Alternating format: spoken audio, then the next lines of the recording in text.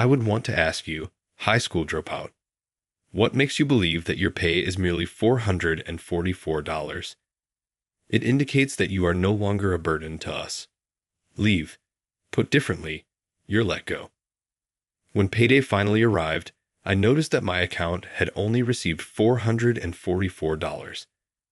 Vice President Daniel scoffed and fired me without warning. How come? Terminated? Even so, what does that mean? Performance-based evaluation is the foundation of our organization. Did you really believe you could afford to be lazy and yet be paid? We just cannot afford to retain such a worthless employee. Now leave this spot and remove all traces of yourself. You are useless. Daniel moved away from me and smashed his hand against the desk. This is just AB, right? Though fine, my fists twitched with wrath. I've exhausted all options. All right, whatever happens, I'll remove any traces of myself. It doesn't concern me. Daniel would later crawl back to me, sobbing. Henry is my name. My 40th birthday was last month. Upon reflection, the upbringing I received was quite challenging. My brother Nathan and I were taken in by relatives after our parents passed away when we were little, but nobody showed us much love. Our lives were always crammed full of restrictions and discomforts. I was teased and called names at school all the time. Since his birth, Nathan has been weak and frequently absent from school. Being impoverished was difficult enough, but Nathan's lack of attendance made him stick out even more in his class. Motivated by a desire to keep Nathan safe, I put a lot of effort into my studies and athletics, pushing myself to excel in both areas. I was the class president in elementary school, and I worked really hard every morning to be the anchor in the sports day relay. Upon learning that Nathan was Henry's brother, the bullies who had been pursuing him began to retreat. I started junior high school right as perceptions about us started to shift. Even if my coursework and extracurricular activities were harder, I made a lot of effort to stay up. My classmates began treating me with ease by the time I was in my third year. I received a resounding endorsement from everyone when I stood for student council president. I still recall how thrilled I was to be accepted by everyone at last. I went to the nearby high school because I was an excellent student. To find out what really attracted me, I wanted to go to a private school, but my foster father wouldn't let me. Nevertheless, I was fortunate to have companions who could relate to me, and I felt like I was still young. Nathan had to be hospitalized after collapsing. The hospital expenses surprised me with how much more they were. In essence, our relatives said we were not their responsibility and declined to offer any assistance. My foster parents, who were throwing us meager treatment funds, even frowned.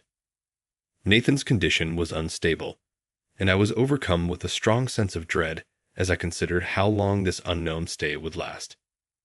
Ultimately, I had no choice but to leave high school. Nathan had to work a part-time job in order to pay for his hospital costs, which was far from adequate. I lost hold of the bright, promising youth I had once clung to. I apologize, Nathan said.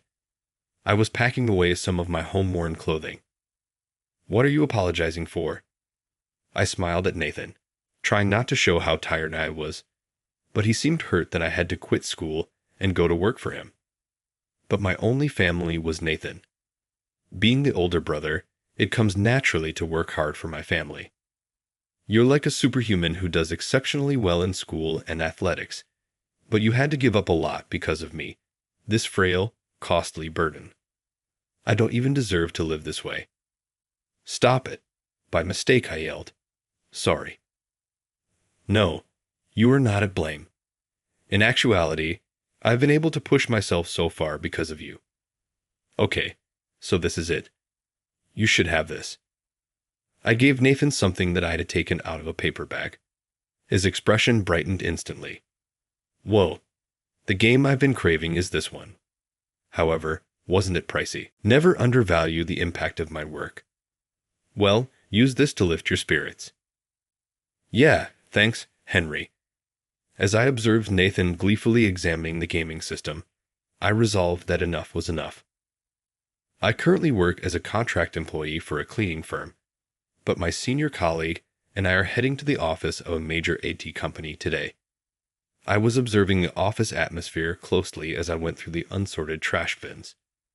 Everyone appeared to be completely absorbed in their work, crouched over their computers and working frantically. My senior colleague remarked, "This place has a gloomy vibe, doesn't it?" I warily questioned, "Have you done cleaning in these kinds of companies a lot?" as we collaborated. "Yes, it's true that more and more of these computer companies are opening up these days," he said, winking at the stench filling the air.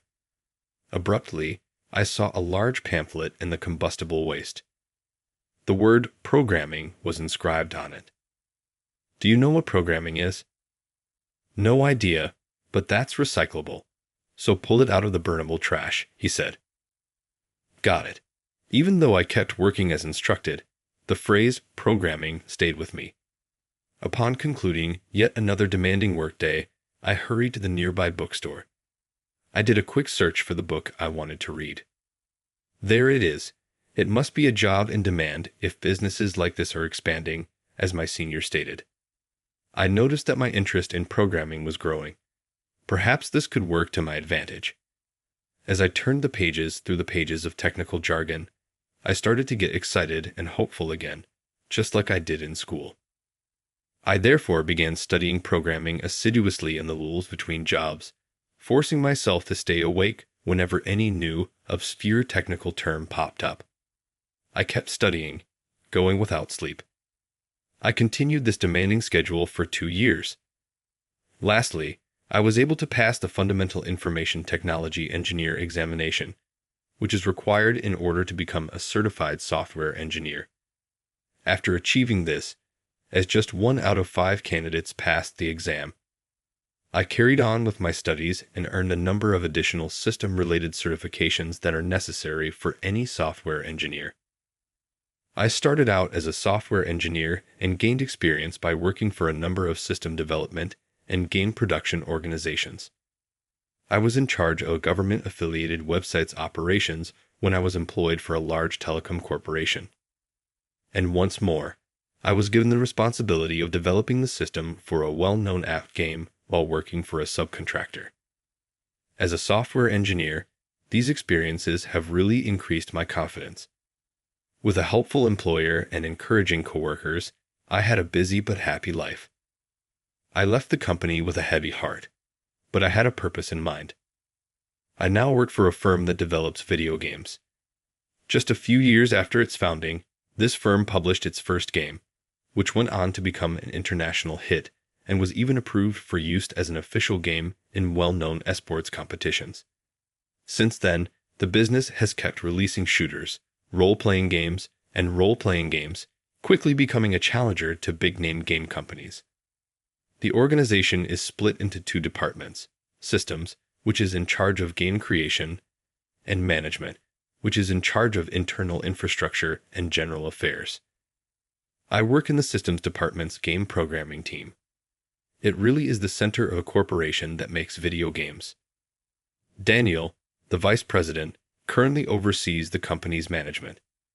Daniel is an intelligent individual, but he also believes strongly in academic qualifications and has a propensity to be self-righteous. Daniel seemed to take great satisfaction in his ability to manage better than everyone else. He had previously been a founder member of a startup, but because he had no prior experience in the gaming industry, he made a lot of unnecessary demands without really knowing what he was getting into.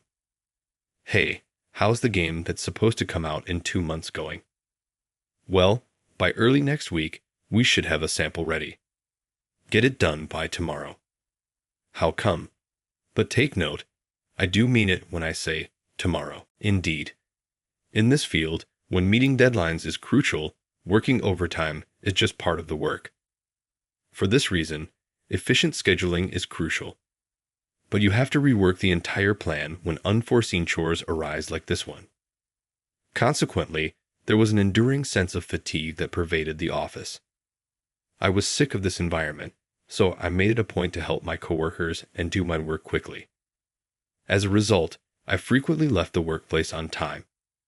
It was the same today. Aurora, a new employee, shouted out to me as I was about to leave the office after finishing all of my chores. "Hi, Henry. What's going on?" She was in charge of the management department's internal systems, and even though she was working nonstop, she always seemed to exude energy and positivity. Her eyes met mine directly, her features defined in a gentle brown. "Who are you really, Henry?" What? What an impromptu query. Even though everyone in this place is overworked, you always manage to do everything and get out on time. It's honestly difficult to believe. Was she trying to be ironic? Aurora smiled broadly at me, as if to conceal a plan, and said, "Since you're so good at your job, I have something I'd really like your help with." I wasn't exactly sure what she was trying to tell me. Hello. Good morning. First thing in the morning. The formerly tense environment had considerably subsided, even if my team was still overburdened with work, and there were even times when we were able to have a little conversation. Aurora took the initiative to design and deploy a productive work management system around a month ago.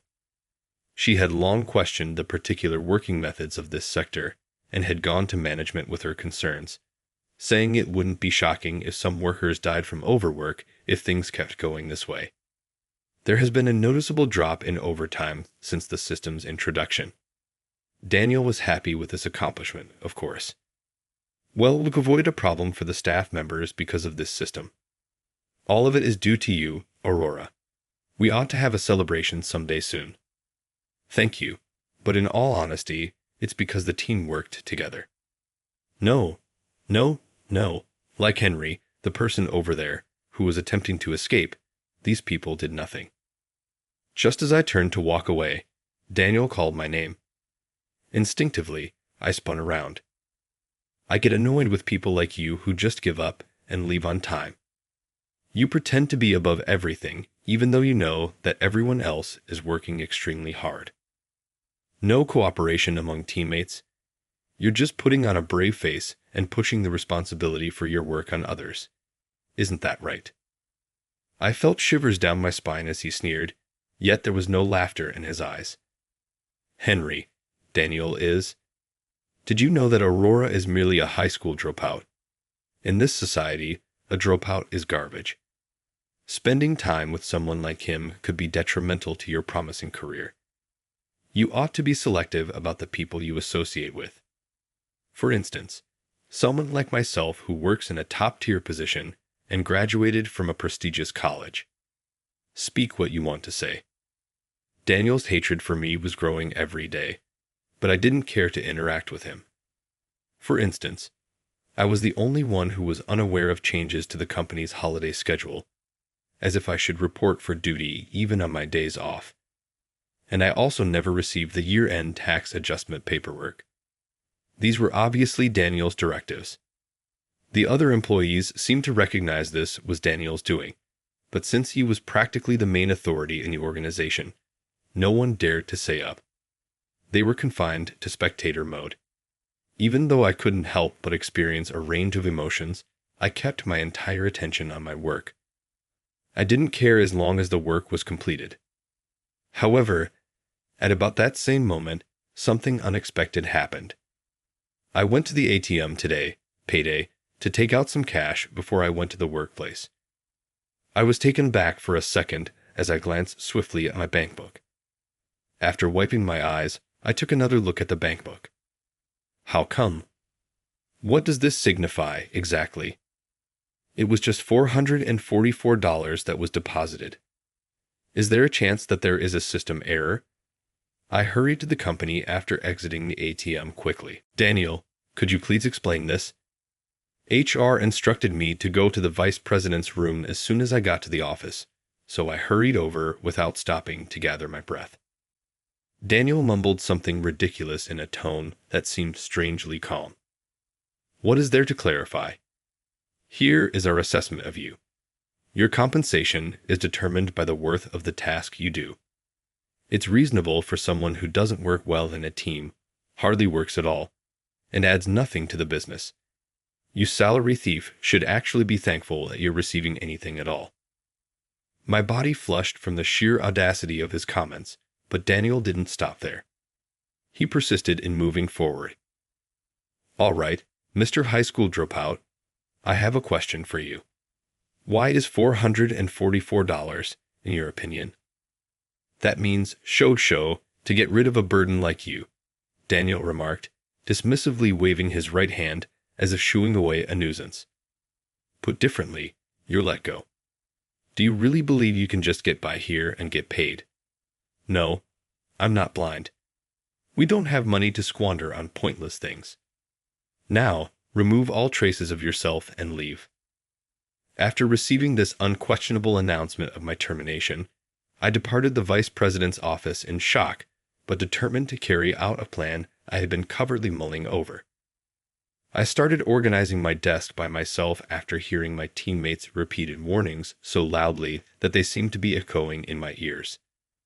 Suddenly, Aurora cried out, "Henry." "Oh, Aurora, I appreciate all of your effort." Aurora was wearing a severe expression. "Why?" I took a careful look at her. There was anger in her eyes, but also sadness. However, I hesitated for a while before responding to her query, adding, "Aurora, I'm sorry, but there's something I need to ask you to do." I looked at the clock once more. The time was 10:00 a.m. I hadn't slept that soundly in a very long time. Daniel's harassing had prevented me from getting home at a decent hour for the last few months. Being able to live a typical human existence again felt amazing. I was contemplating having a haircut for the first time in a long time when my phone loudly buzzed on the bedside table. I quickly looked at the screen before pressing the call button. "Hello." "Hey, Henry." Anger was in Daniel's high-pitched voice. "You really did it this time." "What are you talking about?" "Avoid acting foolish. Anyhow, come back right now. The business is seriously in trouble." "What happened?" "It appears that you were the one who devised the work management system that Aurora produced. She filled me in on everything. Please return here." Daniel sounded desperate as well as angry, but I just scratched my head and said, "Yeah, that's correct. It was me who designed that system." I asked her if she had made it or not. "Why would you do anything like that, Henry? And why did you ruin the framework?" Daniel was growing increasingly enraged. "Well, Daniel, didn't you say that I should remove all traces of myself when I leave?"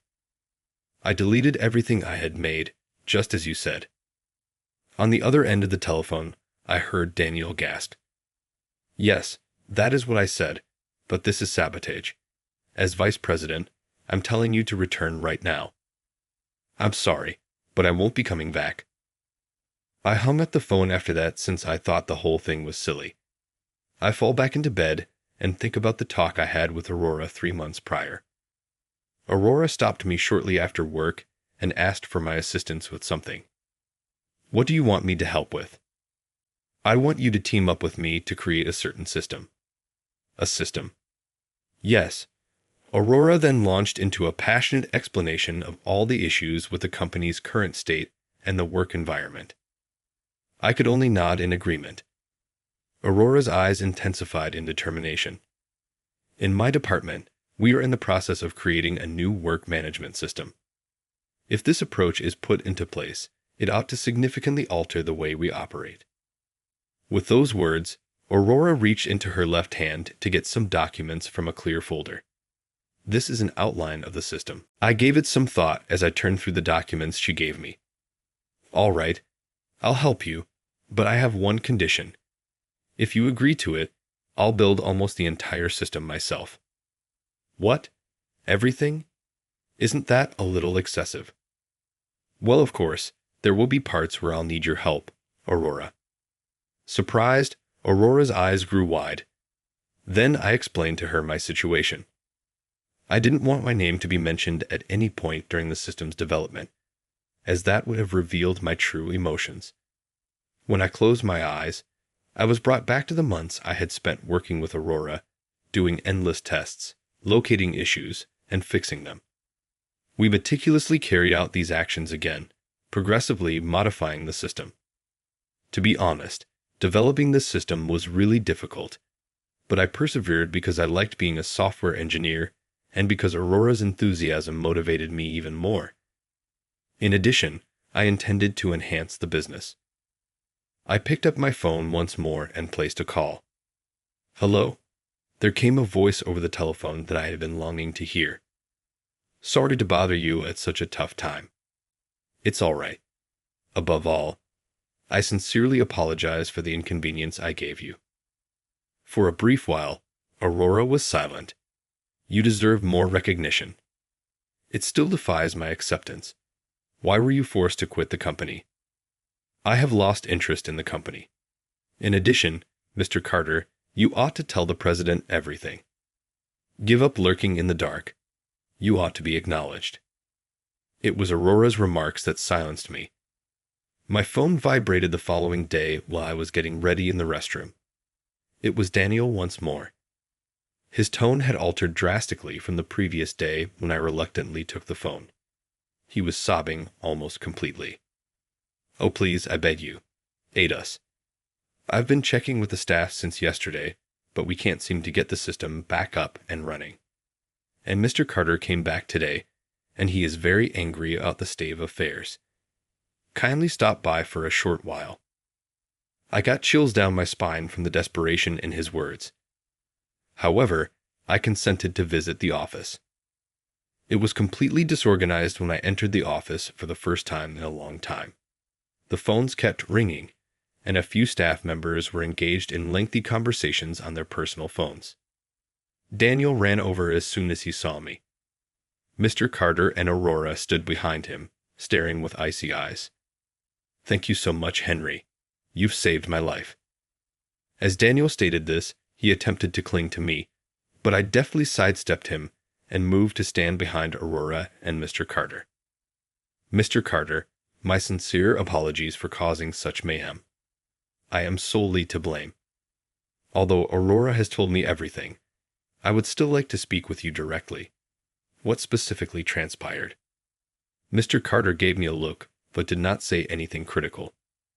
I took a deep breath and started telling Daniel all the abuse and harassment I had experienced. Daniel shot back, saying, "What? The fact that you broke the system remains unaffected. Give up attempting to assign responsibility." I was so fed up with Daniel's pestering that I felt compelled to blow up the system. Nevertheless, given the potential harm to the business, I saw it as a form of vengeance for the abuse. I've provided Aurora with the information required to fix the system. I turned to look at Aurora, and she stared down at it. What happened to the recovery data? Nevertheless, she stated, when I heard from you that your salary was only $444, I couldn't believe it, in response to my question. Aurora turned to face Daniel at that point and said, Henry is a really gifted software developer. He is deserving of even greater praise. As opposed to that, you harassed him to the point of annoyance and even attempted to eject him. Daniel, I wanted you to genuinely realize how awful your acts have been. However, Aurora inhaled deeply to regain her composure. I fully accept responsibility for the chaos that resulted within the organization as a result of my negligence of the recovery process. Even though Henry left the recovery data behind, I did it of my own volition. I sincerely apologize. Henry should not be the target of any punishment. Instead, it should be me. She stood up straight and made a deep bow. Daniel started talking, and at last Mr. Carter broke his stillness. Startled, Daniel turned to face him. Mr. Carter stated calmly yet angrily, "You are responsible for this entire fiasco." Daniel tried to object, but Mr. Carter disregarded him and turned to face Aurora. "I want you to look into this. Find out from the other staff members if he has done anything else improper. Your insights will help me determine the best line of action." Daniel fell to the ground in defeat, recognizing he could not argue his way out of this. Then Mr. Carter turned to face me, saying, "Henry, I want to talk to you by yourself." When I initially walked into the president's office, I noticed that it was stocked with video game titles that the firm had created over the years. I made a deep bow. I'm sorry, Mr. Carter, for making such a fuss. Everything was an idea of mine. It had nothing to do with Aurora. I'm willing to take any and all penalties. Why do you always do this? Mr. Carter yelled in annoyance, his tone having changed from one of calmness. I looked up. My younger brother Nathan was there, looking pained. Yes, my brother Nathan is the president of this game production company. Henry, you've always been this way, giving yourself up and attempting to keep everyone else out of danger. Do you have any idea how often seeing you like that has made me feel hurt as your brother? I could only stare down silently, realizing for the first time how Nathan really felt. Nathan kept me going even though he saw me in this state, which just made him hate himself for feeling helpless and unworthy. Henry, I'm nothing like you. All I am is a failure. Nathan was always irritated with me, even after he was released from the hospital, and he started to avoid me more and more. I'm trying my best for Nathan, but in the end, I'm only causing him more pain. At that point, Nathan's health was largely stable, so he made the decision to launch a game production company with some internet friends who shared his interests. Nathan built a string of successful games very rapidly because of his extraordinary imagination. As the business expanded quickly and became a significant organization, he faced more pressure as president. Nathan eventually had another hospital stay as a result of his health declining due to stress. Nathan had briefed me on the state of the company, and the performance of the company started to deteriorate at the time of his illness. Despite my desire to assist, I was certain that Nathan would never want me to get involved directly. So I made the decision to join the company in secret. But I also realized that too much activity would just make Nathan more upset. I made the decision to labor in the background with the exclusive goal of raising the organization's performance. Did you really think that would make me happy, Henry? Nathan's eyes shot straight through me, piercing with a mixture of despair and rage. To you, I'm still just your sickly little brother, aren't I? But my past self is no longer me. I was really irritated when I first learned that you had come to work for my company. Nathan kept going, balling his fists. Even after becoming an adult and the president of a company like this, I thought you still only saw me as your weak little brother. Tears were pooling in his eyes. I'm not as helpless as you once believed. Did you not notice that today? Nathan moved to get closer to me. We're a real family, so you don't have to act like a superhero in secret. Rather, he grabbed my hand and gave it a firm squeeze. Will you help support the company with me from now on? I was unable to look him in the eye as tears welled up in my eyes. It has been 1 month since the disastrous system.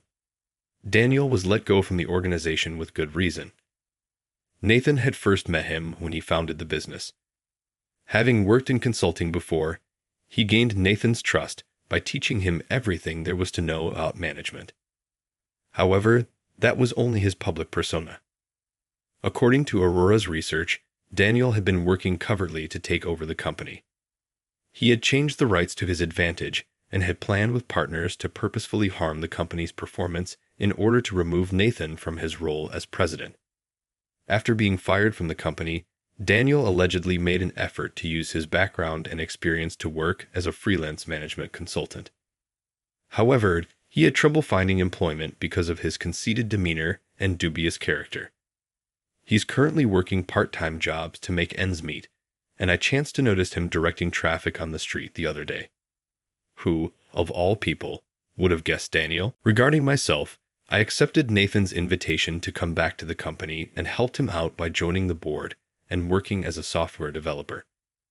Although it appeared that everyone in the workplace had previously felt that Nathan and I were brothers, it was nevertheless a great relief to be able to express this openly. After going through this recent struggle, Aurora and I were able to communicate our feelings to one another and began dating. I swore I would never injure people who were important to me again after thinking back on the current circumstance, which I could not have predicted when I first started working for the organization. In retrospect, I see that I have been bearing a great deal of the weight alone. I've seen firsthand how giving up everything for my family may ultimately hurt them and even people I care about. My family and loved ones mean the world to me, and this recent upheaval has made that clear to me. Together with the individuals that mean most to me, I want to make things that make a lot of people happy in the future, no matter what barriers or difficulties we may encounter.